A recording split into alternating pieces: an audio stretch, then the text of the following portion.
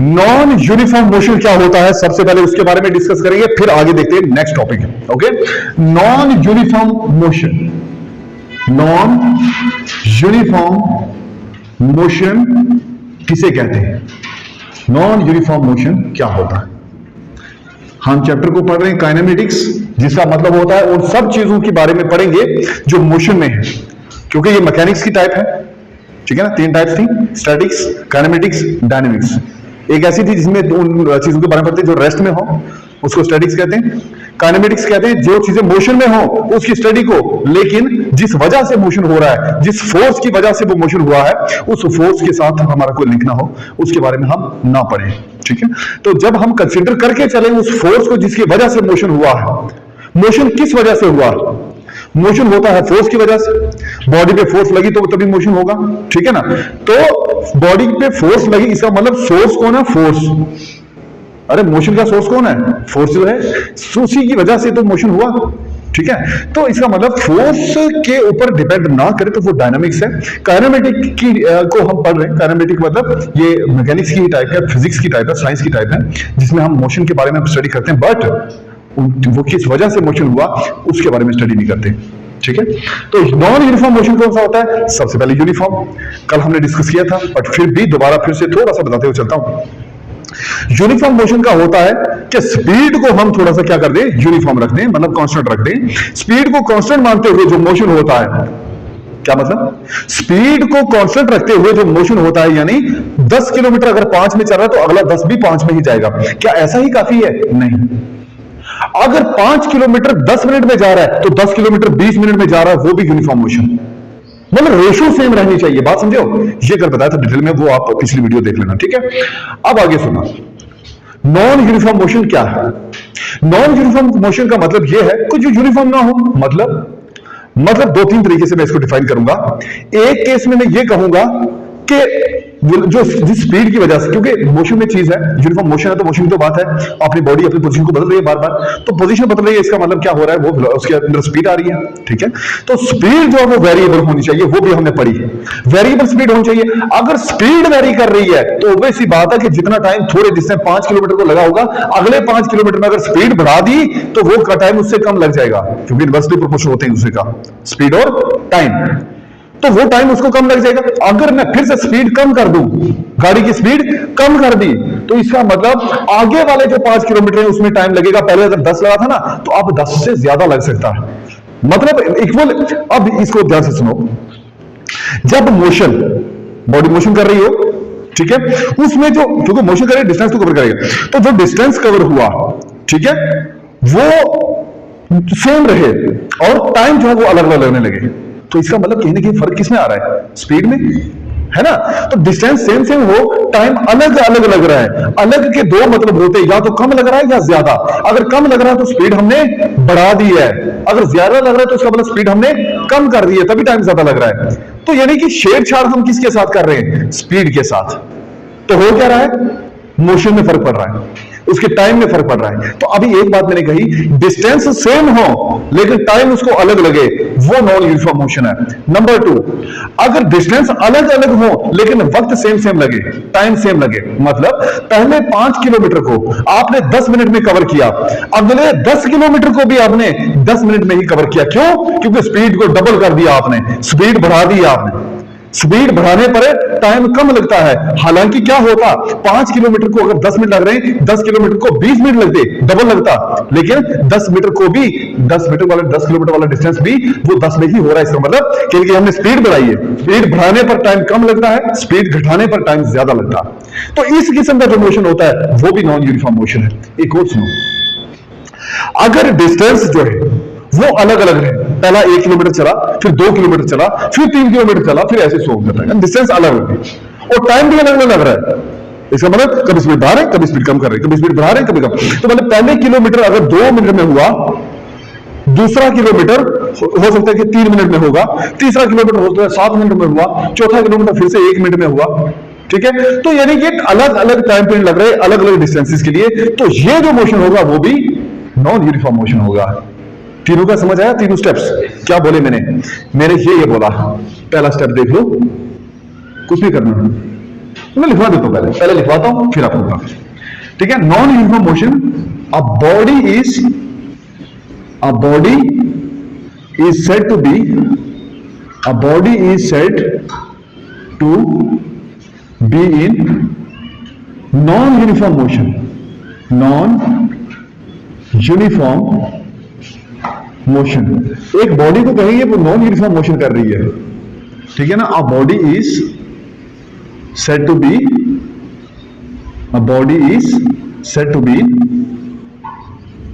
non-uniform motion। अगर क्या हो, if it covers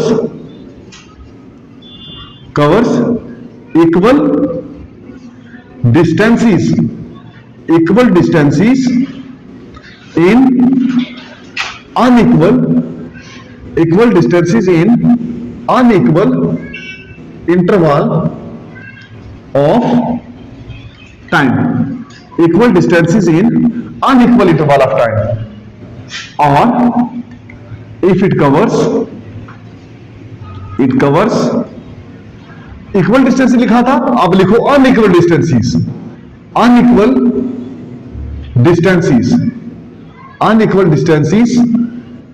in equal interval of time,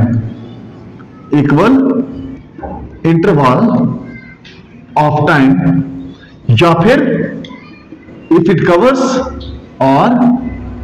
covers अगर वो कवर करती है unequal distances in unequal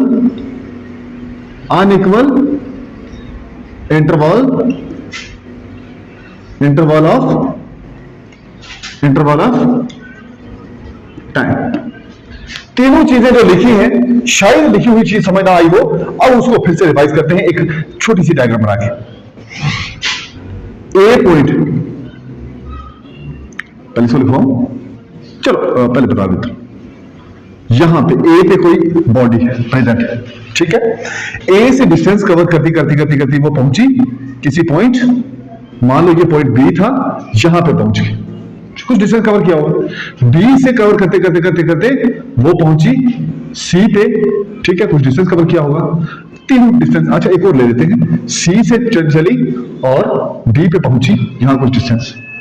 अगर सबसे पहला स्टेप है जो मैंने बोला, if it covers equal distances, distance equal रख लेते हैं। मान लो ये 5 किलोमीटर है, ये 5 किलोमीटर है, ये 5 किलोमीटर है, ठीक है, और कवर से इक्वल डिस्टेंस अनइक्वल इंटरवल आता है। ये 5 किलोमीटर 10 मिनट में कवर हुआ है, ठीक है, ये 5 किलोमीटर 15 मिनट में कवर हुआ है। ये 5 किलोमीटर डिस्टेंस है, ये सिर्फ 4 मिनट में कवर हुआ है। अब देख लो फर्क सिर्फ किसमें होगा, स्पीड में, तभी जाके ये टाइम कम ज्यादा लग रहा है। ये जो मोशन होगा ना, ये भी कौन सा है, नॉन यूनिफॉर्म। दूसरी बात मैंने लिखी, इट कवर्स अनइक्वल डिस्टेंसेस। देखो जी, ए से शुरू हुई कोई चीज, बी पे पहुंची, बी से शुरू हुई सी पे पहुंची, सी से शुरू हुई डी पे पहुंची। डिस्टेंसेस कहा अनइक्वल है, तो मान लिया 5 किलोमीटर है, 6 किलोमीटर है, यहां 8 किलोमीटर ले लो, ठीक है। 5 किलोमीटर को कवर किया हमने 5 मिनट में, 6 किलोमीटर को स्पीड बढ़ाकर हमने किया 5 मिनट में, 8 किलोमीटर और स्पीड हमने बढ़ा दी, तो फिर भी वो भी हमने 5 मिनट में ही टारगेट रख के कवर कर दिया। तो ये जो मोशन होगा ना, ये कौन सा था, नॉन यूनिफॉर्म, ये भी नॉन यूनिफॉर्म। और तीसरी बात मैंने कही, unequal distances in unequal interval of time. तो ये बात है, ये देखो, ए से शुरू हुआ, बी पे खत्म हो गया, बी से शुरू हुआ, फिर सी पे जाके देखा, सी से शुरू हुआ और डी पे जाके देखा। इस दौरान जो मोशन हुआ, मान लो यहां पे 5 किलोमीटर चला, यहां पे हमने 6 किलोमीटर चला, यहां पे हमने 7 किलोमीटर चला, और 5 किलोमीटर को चलने के लिए लगे 5 मिनट, 6 किलोमीटर को चलने के लिए लगे 8 मिनट, और 7 किलोमीटर चलने के लिए लगे हमें 3 मिनट। अब देखो, different distances different interval of time में कवर किया, अनइक्वल डिस्टेंस है, अनइक्वल इंटरवल ऑफ टाइम। तो ये तीनों चीजों को मिला के, या तीनों को एक एक रख लो इंडिविजुअली, तो जो होगा वो होगा नॉन यूनिफॉर्म मोशन। थोड़ा सा एक चीज लिख लेते हैं इसके बारे में, आप लिखो, इफ सपोज करो, सपोज अब बॉडी started मूविंग, एक बॉडी ने मूव करना स्टार्ट किया from point A, okay, and covered a distance of 5 kilometer in 5 minutes,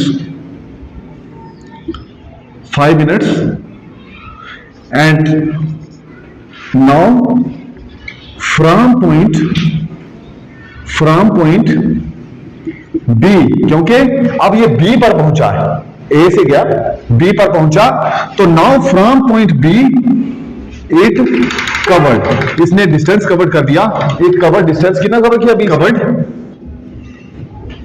distance, उसने कुछ डिस्टेंस कवर किया, ये देखो इसने कुछ डिस्टेंस कवर किया होगा बी से, और कितना कवर किया? वही 5 kilometre. It covered a distance of 5 kilometre.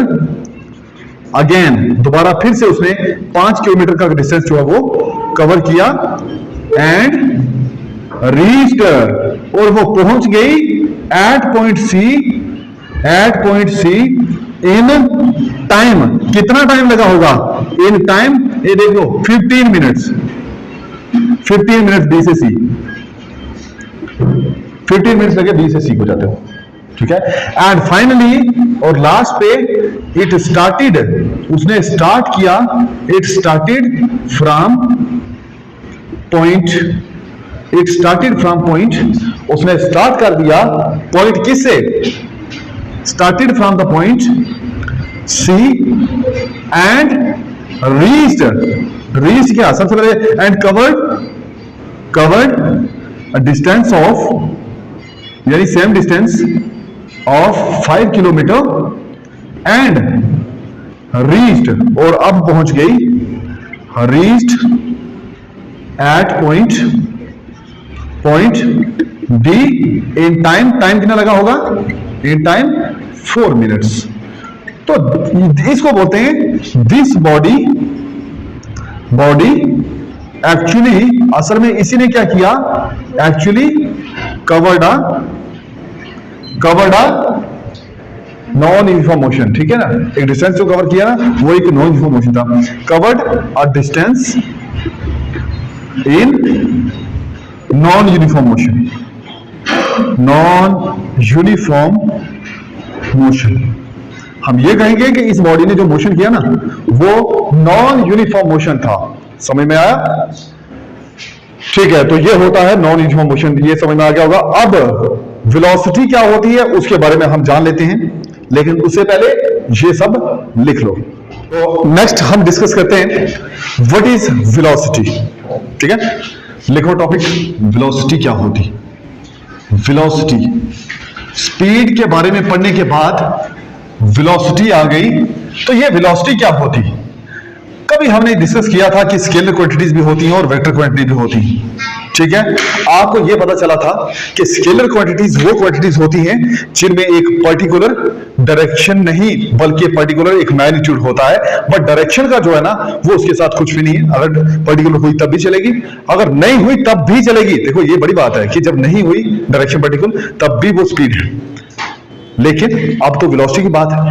Velocity क्या होती है? ऐसी फिजिकल क्वांटिटी है, ठीक है, जिसमें डायरेक्शन भी होती है एक पर्टिकुलर और खास मैग्नीट्यूड भी होता है। जिसमें खास मैग्नीट्यूड भी हो, खास डायरेक्शन भी हो, एक पर्टिकुलर मैग्नीट्यूड हो, पर्टिकुलर डायरेक्शन हो, तो उसको हम कहते हैं ये वेलोसिटी है। जिस तरह से आपने डिस्टेंस के साथ स्पीड को लिंक किया था, ठीक उसी तरह से डिस्प्लेसमेंट के साथ आप लिंक करोगे किसको? इस वेलोसिटी को। जहां आपने डिस्टेंस अपॉन टाइम को स्पीड कहा था, वहीं डिस्प्लेसमेंट अपॉन टाइम को आप वेलोसिटी कहोगे।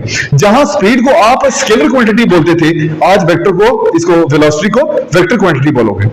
जहां पे आपने ये कहा था कि स्पीड जो है वो पॉजिटिव नेगेटिव होती है, क्या नहीं होती? पॉजिटिव के साथ साथ जीरो भी हो जाती है, क्योंकि डिस्टेंस पॉजिटिव के साथ जीरो होता है। लिंक सीधा सीधा डिस्टेंस के साथ था स्पीड का, इसलिए आपने ये कहा कि जो स्पीड होती है ना, स्पीड पॉजिटिव भी हो सकती है, स्पीड जीरो भी हो सकती है। वहीं पे आज कहोगे कि वेलोसिटी जो होती है ये नेगेटिव भी हो सकती है, पॉजिटिव भी हो सकती है, जीरो भी हो सकती है। क्यों? क्योंकि डिपेंड करती है डिस्प्लेसमेंट पे। ये पूरा का पूरा डिस्प्लेसमेंट के साथ लिंक्ड है, इसलिए हम कहेंगे displacement, since displacement can be positive, can be negative as well as zero, so इसी के हिसाब से डिसाइड होती है कौन वेलोसिटी, कि वेलोसिटी पॉजिटिव है, नेगेटिव है या फिर जीरो है। जहां पे आपने स्पीड के लिए आपने वो कहा था कि किलोमीटर पर आवर में हो सकती है स्पीड या फिर मीटर पर सेकंड में हो सकती है, वहीं पे वेलोसिटी का भी यही यूनिट होगा सेम, क्योंकि डिस्टेंस और डिस्प्लेसमेंट के सेम यूनिट्स हैं, टाइम के तो सेम है ही, ठीक है। इसलिए हम ये कह सकते हैं कि जो इस वेलोसिटी के यूनिट्स होंगे वो बिल्कुल सेम होंगे जितने स्पीड के होते हैं। डिपेंड करता था डिस्टेंस और डिस्प्लेसमेंट में, अरे उसके भी यूनिट्स तो सेम ही होते हैं, डिस्टेंस हो डिस्प्लेसमेंट हो यूनिट हमेशा सेम होंगे, मीटर्स में होंगे, सीजीएस सिस्टम है सेंटीमीटर में होंगे, एफपीएस सिस्टम है तो फुट्स में होंगे, ठीक है। तो ये सिस्टम पे डिपेंड करता है, तो कहने का मतलब कोई उसमें फर्क नहीं होगा, इसके डायमेंशंस में भी फर्क नहीं होगा, इसका जो डायमेंशन फॉर्मूला है ना वो भी सेम रहेगा, चाहे वो स्पीड का हो चाहे वेलोसिटी हो। इन सब चीजों को डिस्कस करने के बाद हमें पता चलेगा कि ये वेलोसिटी क्या चीज, ठीक है। तो सबसे पहले इसकी डेफिनेशन लिखो, वेलोसिटी क्या है? द रेट ऑफ चेंज, आप रेट ऑफ चेंज भी बोल सकते हो इसको, rate of change of displacement, ठीक है।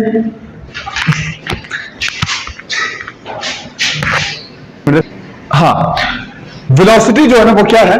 It is defined as the total displacement covered per unit time. दिए गए टाइम में जो टोटल डिस्टेंस कवर हुआ उसको बोलते हैं वेलोसिटी। डिस्टेंस नहीं, यहां पे डिस्प्लेसमेंट की बात है, बार बार डिस्प्लेसमेंट नहीं बताऊंगा क्या होती है, ठीक है, इसके बारे में बड़ा डिस्कस किया हमने। तो डिस्प्लेसमेंट अपॉन टाइम करोगे तो वो बन जाएगी वेलोसिटी, सीधी सी बात। अगर इसको लिखना चाहोगे, it is defined as the total displacement covered per unit time, तो वो क्या होती है? वेलोसिटी। अगर distance covered per unit time होगा तो वो क्या होगी? स्पीड, ठीक है। इसी तरह से ये displacement covered per unit time आप लिख सकते हो velocity v is equal to displacement upon time, displacement upon time, तो यहां आ जाएगी वेलोसिटी v। वो वेलोसिटी जो v होती है वो होती डिस्प्लेसमेंट अपॉन टाइम करोगे तो वेलोसिटी आ जाएगी, ठीक है ना। तो ये वेलोसिटी इज डिस्प्लेसमेंट टाइम। ये एक वेक्टर क्वांटिटी होती है, मतलब कि इसके डायरेक्शन के साथ साथ मैग्नीट्यूड भी होता है। It is a vector quantity. ये एक वेक्टर क्वांटिटी होती है, vector quantity, okay. Its unit, अच्छा यूनिट इसको मेजर किसमें करते हैं? इट्स यूनिट इज, देखो वेलोसिटी है तो किलोमीटर पर आवर भी हो सकती है, ये मीटर पर सेकंड भी हो सकती है, और मीटर पर सेकंड ये कन्वर्ट कर सकते हैं ना आप, किलोमीटर के मीटर बना दो, टाइम के सेकंड बना दो, जो आपको आवर में दिया हुआ है, ठीक है। तो इसमें हम इसको लिख सकते हैं, it's units kilometre per our भी हो सकते हैं या फिर मीटर पर सेकंड्स भी हो सकते हैं। ये वेलोसिटी की बात कर रहा हूं। इसकी डायमेंशन बिल्कुल वैसी ही होती है जैसी स्पीड की होती है। ये इट यानी वेलोसिटी है ना, इसलिए इट लिख रहा हूं। It can be positive, can be negative, it can be even zero, okay. Positive भी हो सकती है, नेगेटिव भी हो सकती है, जीरो भी हो सकती है, कुछ भी हो सकती है, पॉजिटिव नेगेटिव जीरो कुछ भी हो सकती है, ठीक है। इसलिए हम इसको स्पीड को क्या कहा था? स्पीड नेगेटिव नहीं होती, जीरो भी होती है, हाँ बिल्कुल, मैं यहां पे खड़ा हूं तो मेरी स्पीड क्या है? जीरो, ठीक है। पॉजिटिव भी हो सकती है बट नेगेटिव नहीं होती, लेकिन वेलोसिटी तो तीनों होती है, पॉजिटिव भी, नेगेटिव भी, जीरो भी, ये सब कुछ होती है, ठीक है। इसके डायमेंशंस क्या रहेंगी? It's dimension formula, it's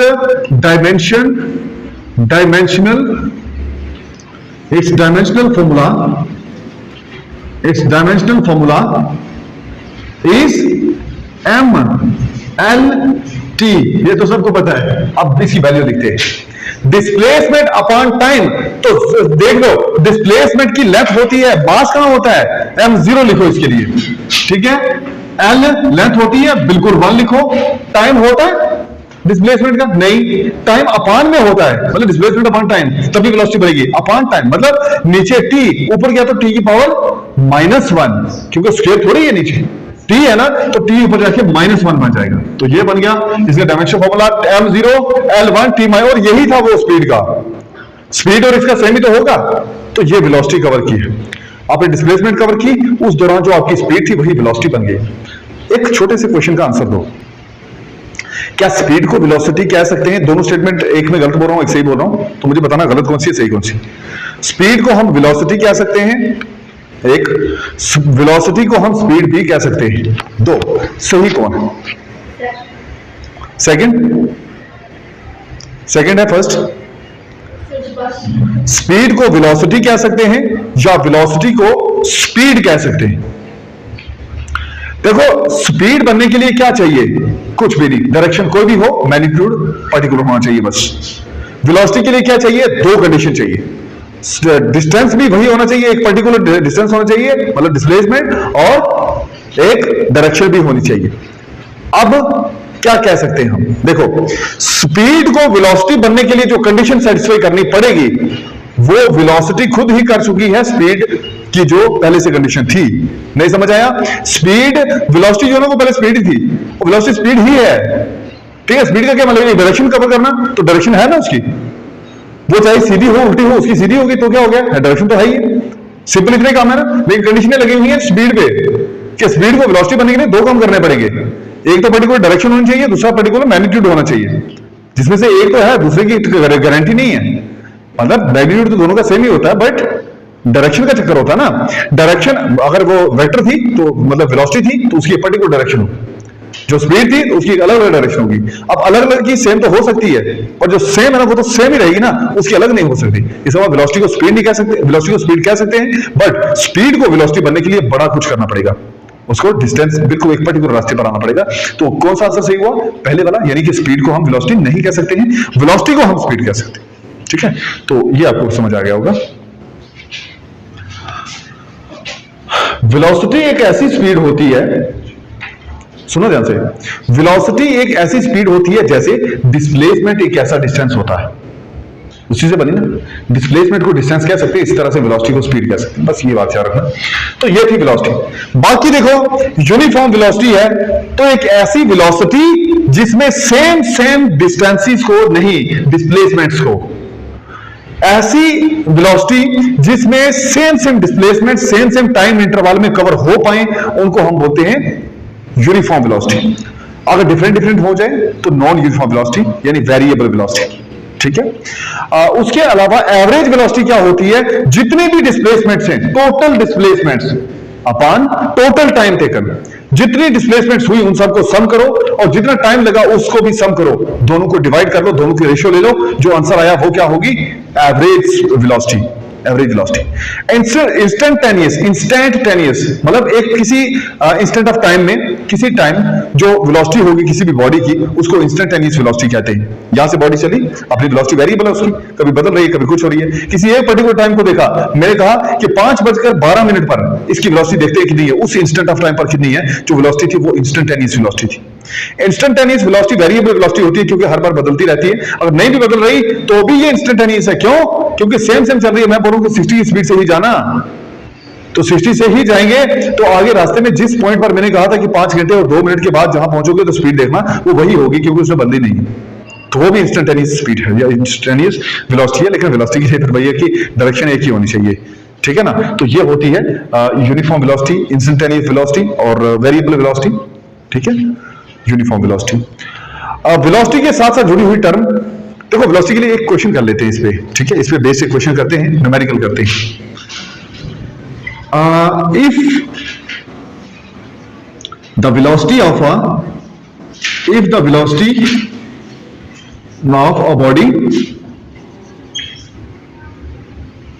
that covered a displacement in 8 minutes, जिसने 8 मिनट में जो डिस्प्लेसमेंट कवर की है इज 60 किलोमीटर पर आवर। को कवर करने वाली बॉडी की जो वेलोसिटी है वो 60 किलोमीटर पर आवर है। आपने ये बताना है कि इसने डिस्प्लेसमेंट कितनी कवर की। ठीक है, how much displacement will be covered by that body, how much displacement will be covered by will be covered by that body, उस बॉडी के द्वारा, will be covered by that body, बिल्कुल during that time, मतलब इन 8 minutes कितनी होगी, how much. बस इसका आपने आंसर लिखना है, सोल्यूशन लिखना है। यहां पे सबसे पहले देखो कि दिया हुआ क्या क्या है। हियर यहां पे सबसे पहले आपको दिया है वेलोसिटी, हियर वेलोसिटी v जो बॉडी ने कवर की, velocity v is equal to कितनी है, 60 kilometre per hour, 60 kilometre per hour. जो टाइम दिया हुआ है वो भी दिया आपको, टाइम दिया हुआ है t is equal to 8 minute. लेकिन मुझे ये बताओ जब स्पीड होती है ना किलोमीटर पर आवर में, तो जो डिस्टेंस होता है वो किलोमीटर में होना चाहिए, टाइम होना चाहिए आवर में। देखिए टाइम तो सही है, मिनट में है। 8 मिनट में कितने आवर होते हैं, 1 मिनट में कितने आवर होते हैं, 1 मिनट में होते हैं 1/60 आवर। ठीक है ना, कल बताया था मैंने आपको 1/60 आवर। तो इसको आप 60 से डिवाइड कर दो, 8/60 होंगे 8 मिनट में आवर्स। ठीक है, 4 देखो यहां से इसको करते हैं, 4 to the 8, 30 to the 60, 2 to the 4, 15 to the 30, तो ये आ गया 2/15 आवर। तो आपके पास टाइम आ गया, वेलोसिटी आ गई, तो डिस्टेंस डिस्प्लेसमेंट आप आराम से निकालोगे। जब ये पूछा होगा how much displacement will be covered by that body, ठीक है, कवर्ड बाय दैट बॉडी, तो ये बॉडी ने कितना डिस्प्लेसमेंट कवर की होगी, तो बस आराम से निकाल सकते हैं, दोनों चीजों को डिवाइड करके। वेलोसिटी इज इक्वल टू, वैसे ये मल्टीप्लाई हो जाएगा, क्यों, क्योंकि हमें वेलोसिटी दी हुई है। वेलोसिटी अभी हमने डिस्कस किया कि ये होती है डिस्प्लेसमेंट अपॉन टाइम टेकन। तो डिस्प्लेसमेंट देखो, वेलोसिटी कितनी है, वेलोसिटी है आपके पास 60 की, डिस्प्लेसमेंट कितना है, डिस्प्लेसमेंट नहीं है, वो हमें निकालनी है। टाइम है 2/50। ये देखो जरा क्रॉस में डी बन जा, डी 60 को इससे करो तो क्या आएगा, 62/15, 62 नहीं, 60 मल्टीप्लाई 2/15। ओके, तो ये 15 4 जा 60 कट गया, तो 4 2 जा 8, डिस्टेंस होगा 8 किलोमीटर, क्योंकि स्पीड किसमें थी, किलोमीटर पर आवर। तो किलोमीटर पर आवर का मतलब टाइम आवर में, डिस्टेंस या डिस्प्लेसमेंट किसमें होगी, किलोमीटर्स में।